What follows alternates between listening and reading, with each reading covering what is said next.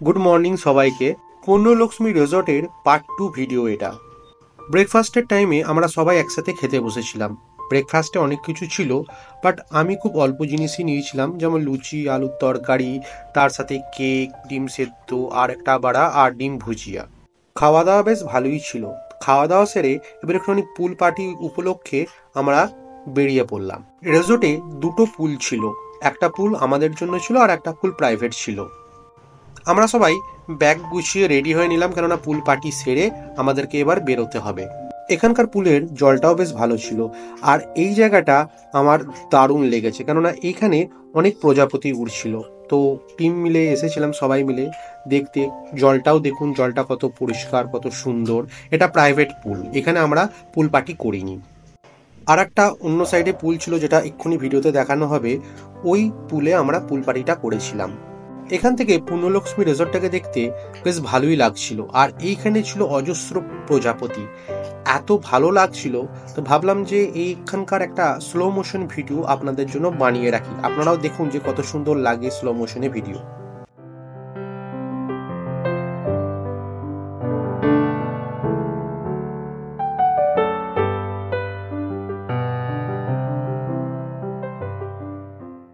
আজকে লাস্ট দিন, তাই যে যেমন পাচ্ছে ভিডিও করছে, মনের শুকিয়ে ফটো তুলছে।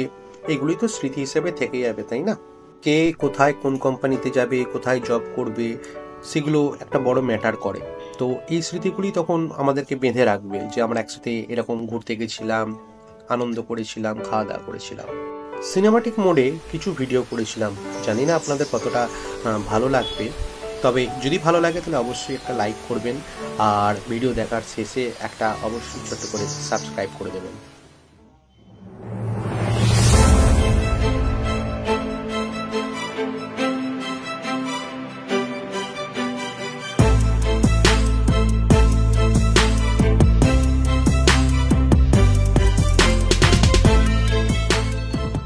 দিনের বেলায় এখান থেকে হুগলি নদীটাকে দেখতে দারুণ লাগছিল, কিন্তু দুর্ভাগ্যবশত এখান থেকে নদীর তীরে যাওয়ার অধিকার বা পারমিশন কোনোটাই ছিল না, তাই একটুখানি ক্লোজ থেকে আপনাদের আমি দেখাতে পারিনি।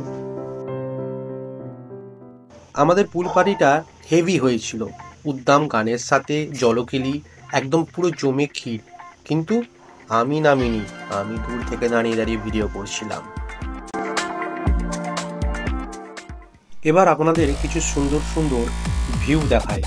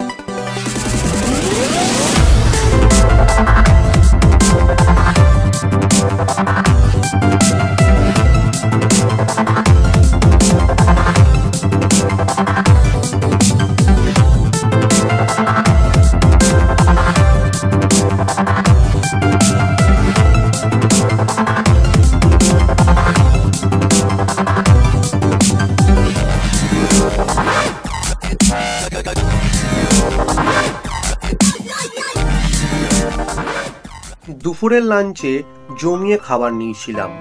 তার মধ্যে ছিল দুটো ফেভারিট আইটেম, একটা হচ্ছে আলু পোস্ত বেশ ঝাল ঝাল, আর একটা হচ্ছে বেশ মটন কষা। তার সাথে ছিল ভরপুর সালাড আর দেরাদুন চালের ভাত, আর ডেজার্টে ছিল কেক, দুটো পান্তুয়া আর আমের চাটনি। আহা, পুরো বাঙালিয়ানায় ভরপুর। খেতে কিন্তু খুব সুস্বাদু ছিল।